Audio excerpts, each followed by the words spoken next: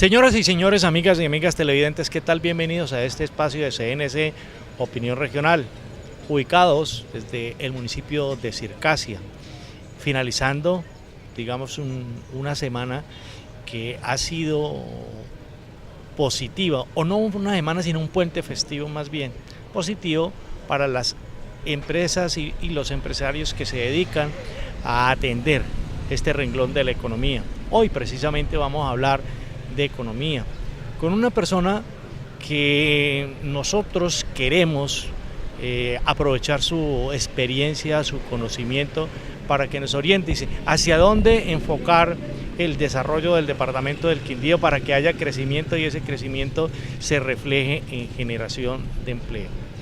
Doctor Mauricio Uribe, bienvenido, ¿cómo está? Muy bien, muchísimas gracias por la invitación. Usted con el hablado no me lo saca uno, dice, es paisano de un expresidente de la República de Colombia. No, en realidad soy de Manizales. Ah, bueno, pero usted tiene, ¿cuánto hace que vive en Medellín? 3 años. Ah, bueno, pero ya eso le pega a uno, doctor, eso no se preocupe. ¿Cómo ha nacido? Usted nacido en Manizales, usted es economista, pero aparte del título como tal, usted tiene unas especializaciones que hacen que la economía se pueda explicar de una manera didáctica y fácil. Sí, bueno, yo estudié economía en la Universidad Nacional y luego hice un doctorado en ciencia política. Considero que la economía no es simplemente una cuestión técnica, sino que la economía es esencialmente una cuestión humana. Y la economía finalmente tiene que ver todo con la política. Las decisiones políticas, la acción colectiva, la capacidad que tengan los actores sociales para cooperar, para plantear proyectos estratégicos de largo plazo, es lo que transforma la economía de un país. Fíjese usted que hace 60 años Corea del Sur era un país más pobre que Colombia. Hoy es un país muchísimo más rico. ¿Por qué? Porque hubo una visión de largo plazo, porque hubo un Estado orientado a apoyar el desarrollo en conjunto con el sector privado.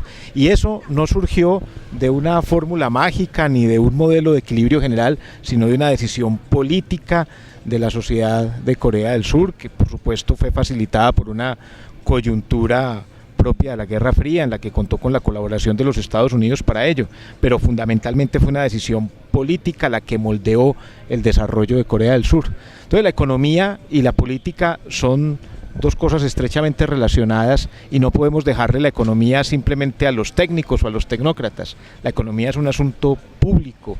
Debemos deliberar sobre la economía y hacer pedagogía sobre los asuntos económicos a los ciudadanos para que tomen mejor las decisiones a la hora de votar y apoyar a uno u otro candidato o respaldar una u otra propuesta de política pública.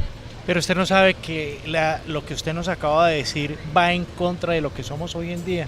Nosotros somos una sociedad desordenada y para que Corea saliera adelante hubo que haber mano fuerte. La historia muestra eso. Fue con mano fuerte desde el gobierno incentivando en la economía, como usted dice, el sector productivo para poder salir adelante. Bueno, ahí me hace usted pensar en una tesis que se conoce como la tesis de Lee, a propósito del viejo ministro de Singapur, Lee Kuan Yew, que señalaba que la clave para el crecimiento económico exitoso en el largo plazo era justamente lo que usted menciona, disciplina y, si se quiere, autoritarismo. Esa tesis en realidad no se sostiene por varias razones. En primer lugar, porque si definimos el desarrollo no solo como crecimiento económico, sino como ampliación de las libertades, sería una contradicción en los términos promover el desarrollo como libertad, cercenando las libertades políticas. En segundo lugar, porque hay una relación instrumental entre democracia y desarrollo. Amartya Sen ha mostrado cómo, por ejemplo, en países democráticos no han existido grandes hambrunas, como sí ha ocurrido en países autoritarios, porque los medios de comunicación, porque los incentivos que funcionan en una democracia, el temor a perder las próximas elecciones, obligan a que los gobiernos reaccionen oportunamente ante una situación calamitosa como esa. Y en tercer lugar, porque los propósitos del desarrollo son mucho más pertinentes, eficaces y legítimos si son el fruto de una construcción colectiva. Entonces tenemos casi que tres tipos de relación entre democracia y desarrollo. Una relación constitutiva, si entendemos el desarrollo como libertad. Una relación instrumental, si entendemos que la democracia brinda los incentivos apropiados para movilizar a la sociedad en torno a propósitos como el de evitar una hambruna o atender las necesidades de los grupos más desaventajados. Y una relación constructiva, si entendemos a la democracia deliberativa como el escenario apropiado para promover los propósitos, señalar las metas del desarrollo. Ahora, sí ha habido casos de experiencias autoritarias que han tenido buenos resultados en crecimiento económico, pero también ha habido democracias exitosas en promover el crecimiento económico y ha habido regímenes autoritarios, piense usted en la Zimbabue de Robert Mugabe, que ha sido un fracaso desde el punto de vista económico y ha sido un régimen autoritario. Entonces, tener un régimen autoritario no es condición ni suficiente ni necesaria para promover el desarrollo. Lo que sí hubo en Corea y de lo que sí deberíamos aprender, no tanto de la experiencia autoritaria de hace unas décadas, de lo que sí debemos aprender es de la capacidad de trabajar juntos sector privado y sector público. La unión. Exactamente, y además, academia. por supuesto, Claro. Y la academia.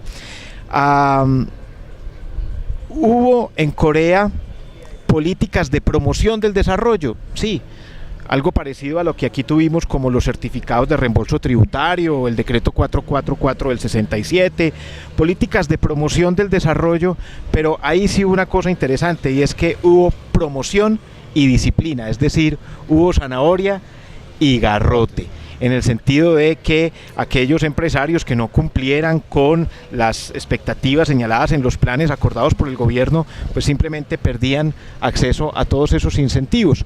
En América Latina en general y en Colombia, en las políticas de desarrollo por sustitución de importaciones, tuvimos mucha zanahoria, pero poca disciplina, poco garrote.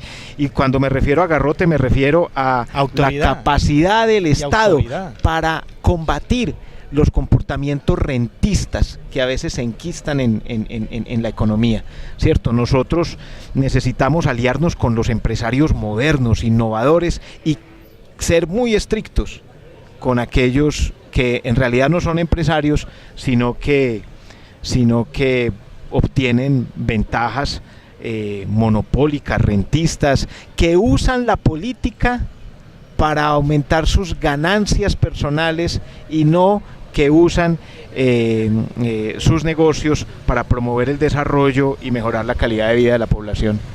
Pero sabe que yo no puedo dejar pasar por alto algo que usted nombró, Singapur. Singapur es otro modelo. Total. Pero es el desarrollo que ha alcanzado es porque existe autoridad. Infortunadamente para nosotros la falta de autoridad hace que seamos una sociedad desorganizada. Es que yo creo que hay una distinción muy importante que tenemos que hacer. Una cosa es la autoridad y otra es el autoritarismo. La autoridad significa el cumplimiento de las reglas del juego. Una posición autoritaria viola las reglas del juego con un carácter personalista, acomoda las reglas a su favor, hace uso de su carisma o su liderazgo carismático para quebrantar el Estado de Derecho. Eso es autoritarismo. Autoridad es cuando hay reglas de juego claras y hay sanciones a quienes no cumplen las reglas.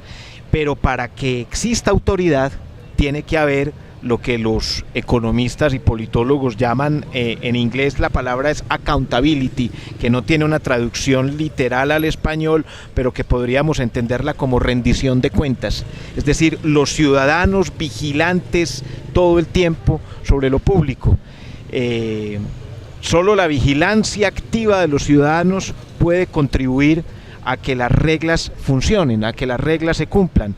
Nosotros aquí realmente no tenemos en el país un problema de falta de leyes o falta de reglas, sino un problema de anomia, es decir, de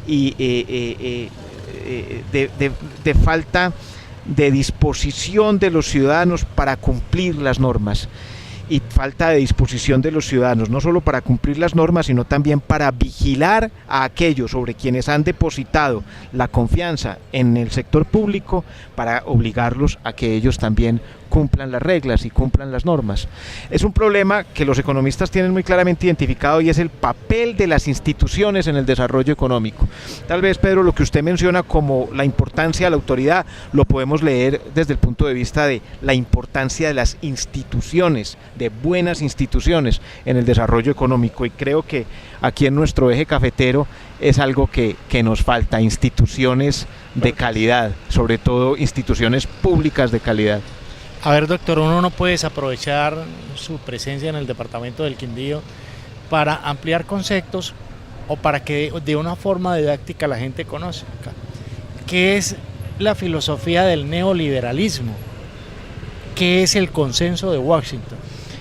Bueno, el neoliberalismo no es una teoría económica, es más bien una ideología que se ha nutrido de diferentes teorías económicas.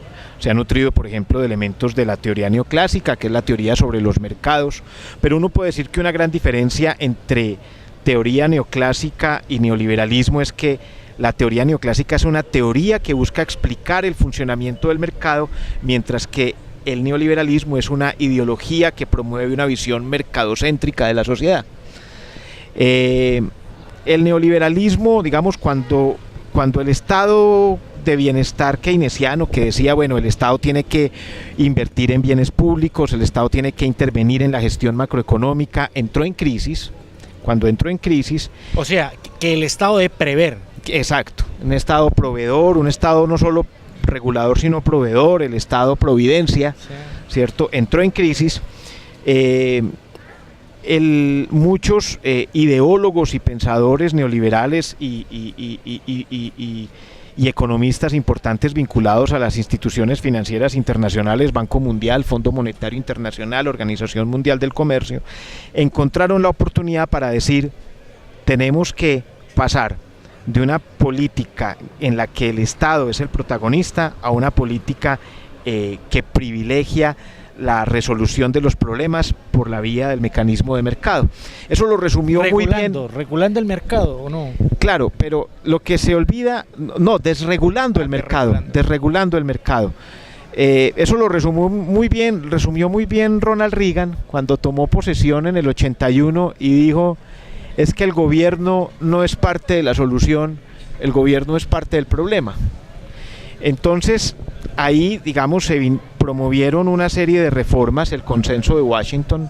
No hubo, digamos, un consenso, eso no fue el fruto de una deliberación a la que llegaron a un acuerdo, fue, si se quiere, un consenso entre algunos funcionarios del Fondo Monetario y del Banco Mundial. John Williamson fue el que le puso esa etiqueta de consenso de Washington, y eso se basó en tres grandes pilares: políticas de privatización, políticas de liberalización cambiaria, comercial, laboral, y ajuste fiscal. Ajuste fiscal entendido como reducción del gasto, más austeridad en el gasto del gobierno, y aumento de los impuestos, sobre todo de la tributación indirecta, o sea, el impuesto a las ventas, el impuesto al valor agregado, el impuesto al consumo. Digamos, hubo muchos elementos positivos en las reformas de liberalización, pero también muchos elementos negativos. Primero, la privatización en muchos casos terminó sustituyendo un monopolio público por un monopolio privado. Se promovió políticas de liberalización del mercado allí donde la institución social del mercado no estaba realmente desarrollada, ¿cierto?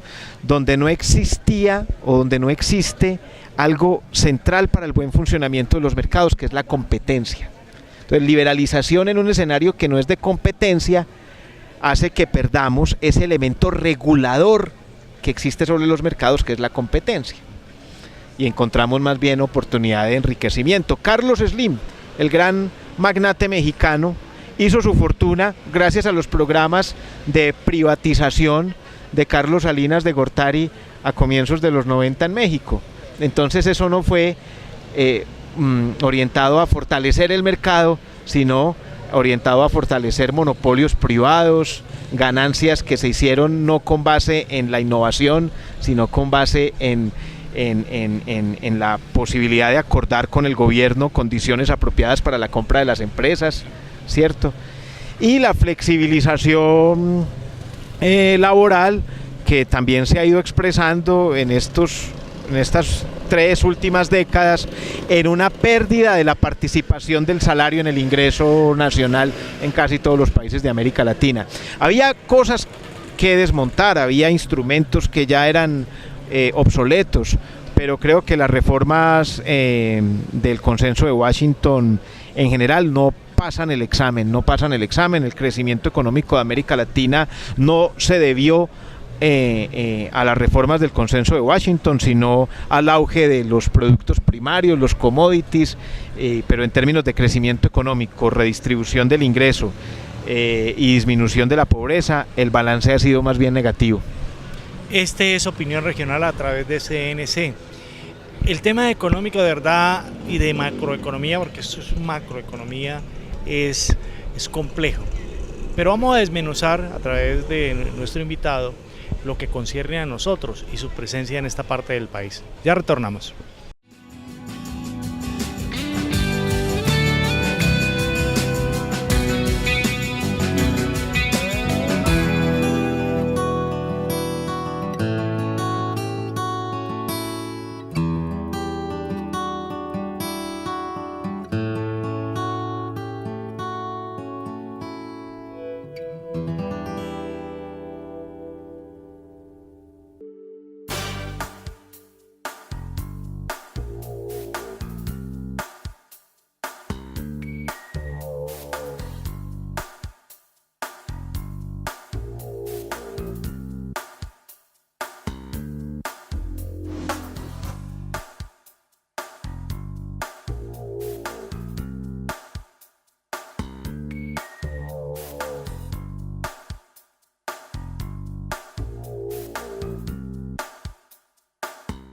Inscríbase en la mejor opción de posgrado en medicina que tiene el Departamento del Quindío. Especialización médico-quirúrgica en pediatría. Informes: www.uniquindío.edu.co. Universidad del Quindío, pertinente, creativa, integradora. Institución de Educación Superior supervisada y vigilada por el Ministerio de Educación Nacional.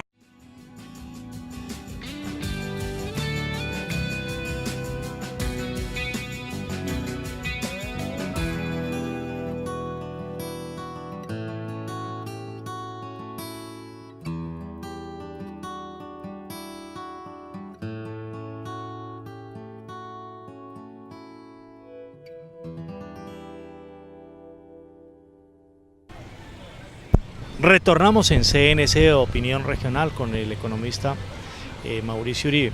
Usted viene al departamento del Quindío invitado a un evento.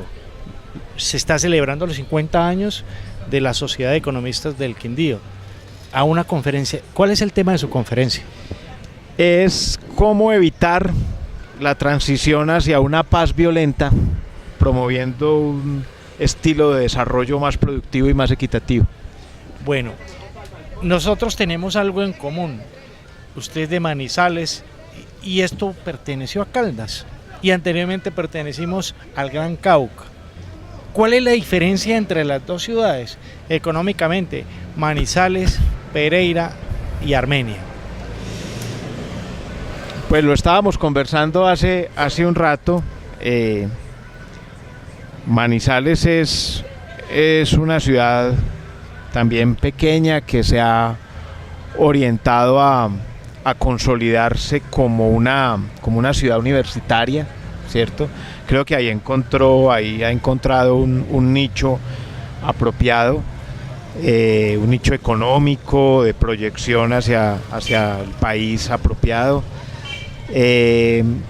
Tiene como las otras dos ciudades problemas muy serios de pobreza, desigualdad, falta de oportunidades laborales, ¿cierto? Pereira, una ciudad muy orientada hacia el comercio, una ciudad muy próspera, pero también con problemas de pobreza, desigualdad y criminalidad, ¿cierto? Y lo mismo en el caso de Armenia. Creo que aquí hay, y en general el Quindío, pues las cifras lo muestran con contundencia, un problema de pobreza muy vinculado a la falta de oportunidades laborales, ¿cierto? Yo estaba ahora revisando las cifras del DANE y me encuentro con dos variables que lo dejan a uno preocupado. Quindío, el departamento con la más alta tasa de desempleo en el año 2015, 2016, y al mismo tiempo, también tomando como base las estadísticas del DANE, Quindío, el departamento después del Valle del Cauca, con mayores tasas de homicidios. Yo no estoy diciendo que haya ahí una correlación perfecta o que uno pueda explicar la violencia homicida por la falta de oportunidades laborales, pero sin duda la falta de oportunidades laborales crea un ambiente apropiado para que las alternativas en la ilegalidad sean más atractivas para muchos. Ahora, Armenia tiene, y el Quindío en general, una ventaja enorme. Es una tierra absolutamente hermosa, con un potencial turístico maravilloso, pero justamente como lo conversábamos ahora, es necesario buscarle valor agregado a ese potencial turístico, y eso no se puede hacer de la noche a la mañana, o eso no lo puede hacer un líder o un nuevo gobernador, un mesías. Eso lo hace el diálogo social. Eso tienen que construirlo los empresarios de la región, el sector público y la academia, las organizaciones sociales, la sociedad civil, mediante un ejercicio de deliberación. Ahí es donde la democracia realmente es importante para promover el desarrollo. Juntos busquemos cuáles son las alternativas apropiadas, con qué recursos contamos y cuáles son las alternativas que tenemos para promover mayores encadenamientos económicos en la región, para generar empleo de calidad en la región.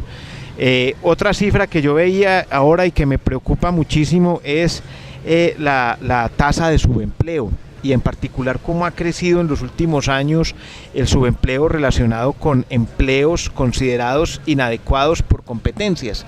Es decir, estamos educando a la gente para que salga a trabajar en cosas distintas para las que se preparó, ¿cierto? Porque no encuentra oportunidades. Y en esas circunstancias es imposible ser productivo. Claro. Sí, entonces ahí hay un problema de productividad también muy grande, que no lo resolvemos simplemente con política social o educación. Lo resolvemos es diciendo qué vamos a hacer con nuestro aparato productivo, y qué vamos a hacer con nuestro aparato productivo en términos de cuáles son los encadenamientos que vamos a lograr para generar esos circuitos económicos que alguna vez se tuvieron con la caficultura. Pero sabe una cosa, uno toma Caldas, que son ejemplos que estamos conversando. Tiene 22 municipios, ¿cierto? Caldas tiene 22. 26 municipios. 26 municipios. Pero no ha perdido una vocación que usted, ascendiendo a Manizales, ve los cafetales conservados. Todavía no salen, hay un sector que no sale de la caficultura, pero tiene otras alternativas, tiene minería, hay oro en Marmato, hay otras cosas. La economía es más diversa. Llega Risaralda y lo propio. Nosotros quedamos estancados, no sabemos si café o turismo. ¿Cuál sería una meta o una propuesta que a mediano o largo plazo nos pueda ubicar o dar una alternativa diferente? La innovación. Sí, la innovación. Es decir, yo creo que tanto en el café como en el turismo hay que innovar. No nos podemos quedar... No quedarse simplemente diciendo a qué sector le vamos a apostar. No, hay que apostarle al café, hay que apostarle al turismo, pero hay que apostarle al aumento de la productividad en la agricultura, a la generación de valor agregado, no simplemente vender el grano, sino buscar mercados para cafés especiales, para mayor variedad de productos relacionados con el café. La innovación tiene que ver con la innovación en nuevos productos, nuevas formas de producir, nuevos procesos de organización, innovación pública.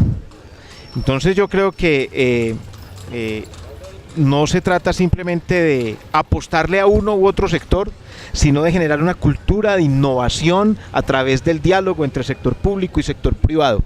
La respuesta en 2 palabras para mí es alianzas productivas, alianzas público-privadas, orientadas a la innovación en los distintos sectores de la economía. Donde estamos ubicados, mire y verá que el turismo ofrece unas alternativas. Esto no existía hace 20 años, ese tipo de establecimientos. Y de lo que usted hablaba, el subempleo. Esto no son empleos formales y no informales, porque son por temporada. Claro. ¿Cierto? Claro. Y usted conoce al departamento porque usted ha tenido una relación de amistad y profesional con el doctor Javier Ramírez Mejía. Y eso lo hace a usted tener una visión de esta parte del país, pero también una visión global. A nivel país, cuando vemos que la economía ha decrecido, cuando los ingresos de la nación también muestran un déficit, regiones como la nuestra, que dependen mucho de las transferencias de la nación, va viendo cómo se va frenando un poco el desarrollo. Sí, de acuerdo. ¿Qué hacer para eso? Yo le hablaba hace un momento del rentismo, ¿cierto? Y el rentismo tiene que ver también con el hecho de no pagar la tributación que corresponde, no pagar los impuestos que corresponde. Yo sé que eso puede ser impopular, pero un municipio no puede salir, un municipio pequeño no puede salir del subdesarrollo si no mejora sus ingresos propios. Por supuesto, la tributación depende de la riqueza que se genera en el municipio y ahí hay una restricción, pero estoy seguro que hay muchísimos propietarios de tierras, de negocios, que no están aportando lo suficiente. Javier Ramírez inició una revolución en este municipio en 1988 cuando promovió la actualización catastral y denunció públicamente a aquellos viejos caciques que tenían propiedades aquí en el marco de la plaza y pagaban 2.000 pesos de impuesto predial. Fue a partir de esa revolución, porque es una verdadera revolución la actualización del catastro, que se logró generar los recursos, porque usted finalmente no puede invertir en bienes públicos si no tiene plata para hacerlo. Y usted no puede estar dependiendo única y exclusivamente de unas transferencias que a este departamento le siguen castigando el hecho de que sus indicadores sociales son mejores que los de otras regiones del país y entonces se privilegian otras zonas sin tomar en cuenta que aquí hay niveles de pobreza por ingresos que son preocupantes y que hay una frustración de expectativas muy grande para aquellos jóvenes que estudian y no encuentran oportunidades. Entonces, yo sí creo que el tema tributario hay que ponerlo en la agenda, ¿cierto? Hay que hacer un pacto social que puede implicar también un pacto fiscal en la región. Pero se ve una cosa, ustedes los economistas no son muy queridos por eso, porque ustedes terminan convirtiéndose en tributaristas y la gente piensa que es que meterle la mano al bolsillo para pagar más impuestos cuando no se ven reflejados, porque la corrupción es el gran enemigo de la claro. en la credibilidad de la gente. Claro. Porque la gente, yo pago impuestos para que lo roben. Claro. ¿Qué hacer? Claro. Ahí lo que se requiere es fortalecer a las organizaciones de la sociedad civil para aumentar la vigilancia, para exigir mayor rendición de cuentas, lo que llaman los politólogos el accountability social. Es decir, no, estamos acostumbrados a la accountability vertical que tiene que ver solo con las elecciones. No, hay que hacer presencia en las instancias de participación ciudadana, en las veedurías ciudadanas, vigilando la gestión de los gobernantes. Y de todas formas yo creo que el bien público desgraciadamente es la suma de los males privados, ¿cierto? Y ese es uno de los dramas de nuestra sociedad. Queremos que haya un bienestar colectivo, pero que a mí no me toque aportar, que a mí no me toque poner. Que los demás. Cierto, ponen los demás, pero no pongo yo. Eso es como cuando usted vive en un edificio y no hay una administración del edificio y hay unos pasillos sin iluminar y usted quiere que haya bombillos en el pasillo, pero prefiere que sea el vecino del frente el que lo ponga y no usted, pero el vecino de frente está pensando igual que usted, claro. Entonces el pasillo se queda a oscuras. Doctor, qué agradable conversar con usted de verdad, y esa forma didáctica en que usted nos explica y nos abre los ojos al conocimiento. Qué bueno tenerlo en el departamento del Quindío, que le vaya muy bien en su conferencia, que tenga éxitos.